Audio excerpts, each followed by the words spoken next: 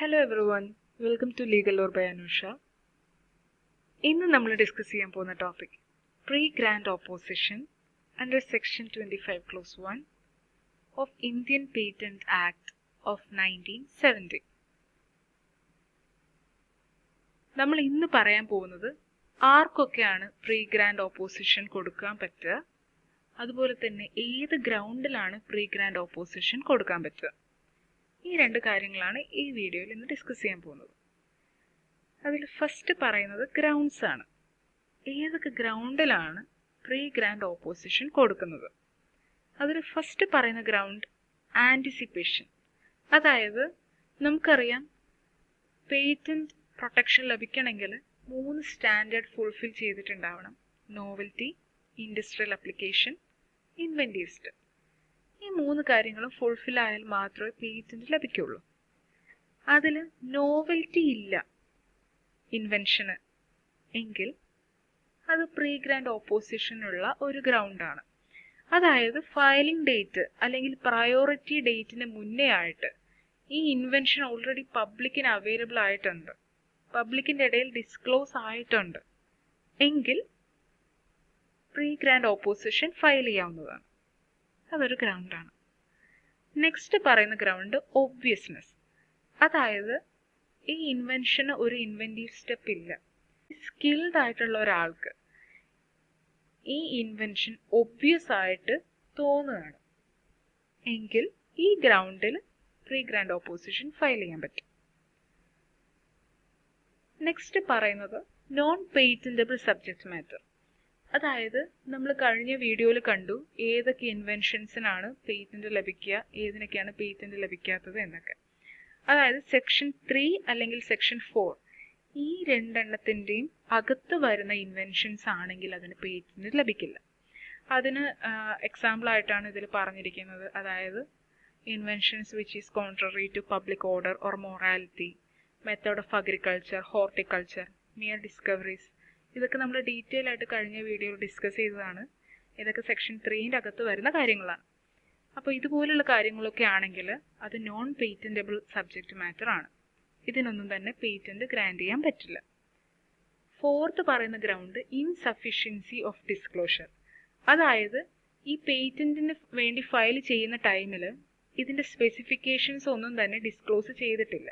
Skilled ആയിട്ടുള്ള ഒരാൾക്ക് ഈ ഇൻഫോർമേഷൻസ് വെച്ചിട്ട് ഇത് പെർഫോം ചെയ്യാൻ പറ്റുന്നില്ല എങ്കിൽ ഇത് ഓപ്പോസ് ചെയ്യാനുള്ള ഒരു ഗ്രൗണ്ടായിട്ട് മാറും.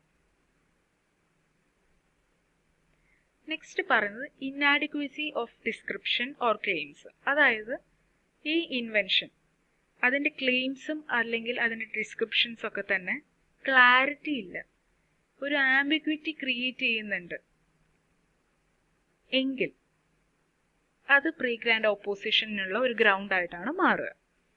നെക്സ്റ്റ് നമ്മൾ പറയുന്നത് failure to meet statutory requirements. അതായത് ഫോർമൽ റിക്വയർമെന്റ്സ് ഒന്നും തന്നെ പാലിച്ചിട്ടില്ല എന്നാണെങ്കിൽ, അതായത് non compliance of filing procedures അല്ലെങ്കിൽ ഫീസ് പേ ചെയ്തിട്ടില്ല, അങ്ങനെയൊക്കെ സാഹചര്യം ഉണ്ടെങ്കിൽ അതൊരു പ്രീ ഗ്രാൻഡ് ഓപ്പോസിഷൻ ഗ്രൗണ്ടായിട്ട് മാറും. നെക്സ്റ്റ് നമ്മൾ പറയുന്നത് പബ്ലിക് ഇൻട്രസ്റ്റ്.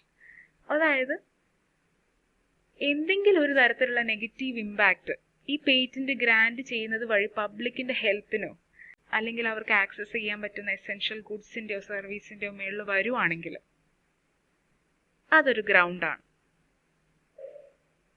നെക്സ്റ്റ് നമ്മൾ നോക്കുന്നത് ആർക്കാണ് ഈ ഓപ്പോസിഷൻ ഫയൽ ചെയ്യാൻ പറ്റുക, അതായത് പ്രീ ഗ്രാൻഡ് ഓപ്പോസിഷൻ ആർക്കാണ് ഫയൽ ചെയ്യാൻ പറ്റുക എന്നാണ്. ഏതൊരു ഇൻട്രസ്റ്റഡ് പേഴ്സണും ഇത് ഫയൽ ചെയ്യാൻ പറ്റും. ഇൻഡിവിജ്വൽസ് ഇൻക്ലൂഡഡ് ആണ്, കമ്പനീസ് ഇൻക്ലൂഡഡ് ആണ്, ഓർഗനൈസേഷൻസ് ഇൻക്ലൂഡഡ് ആണ്, ഏതൊരു ഗവൺമെന്റൽ ബോഡീസ് ആണെങ്കിലും അവർക്ക് ഫയൽ ചെയ്യാൻ പറ്റും. ഇനി നമ്മൾ നോക്കാൻ പോകുന്നത് ആരാണ് ഈ ഇൻട്രസ്റ്റഡ് പേഴ്സൺ. അതായത് ഇതൊരു വളരെ ബ്രോഡായിട്ടാണ് ഇന്റർപ്രറ്റ് ചെയ്തിട്ടുള്ളത്. ഇതിൻ്റെ അകത്ത് കോമ്പറ്റീറ്റേഴ്സ് വരാം, ഇൻഡസ്ട്രി സ്റ്റേക്ക് ഹോൾഡേഴ്സ് വരാം, കൺസ്യൂമേഴ്സിൻ്റെ ഒരു ഗ്രൂപ്പ് ആവാം, അല്ലെങ്കിൽ ഈ പേറ്റന്റ് അപ്ലിക്കേഷനിൽ ലെജിറ്റിമേറ്റ് ഇൻട്രസ്റ്റ് ഉള്ള ഏതൊരു എൻറ്റിറ്റിയും ആവാം. അങ്ങനെ ഒരു വളരെ ബ്രോഡായിട്ട് ഒരു വേഗായിട്ടുള്ള ഒരു ഇൻ്റർപ്രിട്ടേഷനാണ് പേഴ്സൺ ഇൻട്രസ്റ്റഡ് എന്ന ടേമിന് നൽകിയിട്ടുള്ളത്. ഇനി നമ്മൾ നോക്കാൻ പോകുന്നത് ഇതിൻ്റെ കുറച്ച് ഫോർമൽ ആയിട്ടുള്ള കാര്യങ്ങളാണ്. അതായത് ഈ ഓപ്പോസിഷൻ ഫയൽ ചെയ്യുന്നത് ഒരു പ്രിസ്ക്രൈബ്ഡ് ടൈമിൻ്റെ അകത്തായിരിക്കണം. അതായത് within 6 months from the date of publication ആയിരിക്കണം ഈ ഓപ്പോസിഷൻ ഫയൽ ചെയ്യേണ്ടത്. ഈ ഓപ്പോസിഷൻ ഫയൽ ചെയ്തതിന് ശേഷം പേറ്റന്റ് ഓഫീസ് അപ്ലിക്കൻറ്റിന് റെസ്പോണ്ട് ചെയ്യാനുള്ള ഒരു ഓപ്പർച്യൂണിറ്റി കൊടുക്കും. അതിനുശേഷം ഈ ഇഷ്യൂ റിസോൾവ് ചെയ്യാൻ വേണ്ടിയിട്ട് ഒരു ഹിയറിങ്ങും പേറ്റന്റ് ഓഫീസ് കണ്ടക്ട് ചെയ്യും. ഇത്രയും കാര്യങ്ങളാണ് ഇന്നത്തെ വീഡിയോയിൽ നമ്മൾ ഡിസ്കസ് ചെയ്യുന്നത്. So thank you every one for watching the video. ഈ വീഡിയോ ഇഷ്ടപ്പെട്ടാൽ ലൈക്ക് ചെയ്യുക, ഷെയർ ചെയ്യുക, സബ്സ്ക്രൈബ് ചെയ്യുക. Thank you.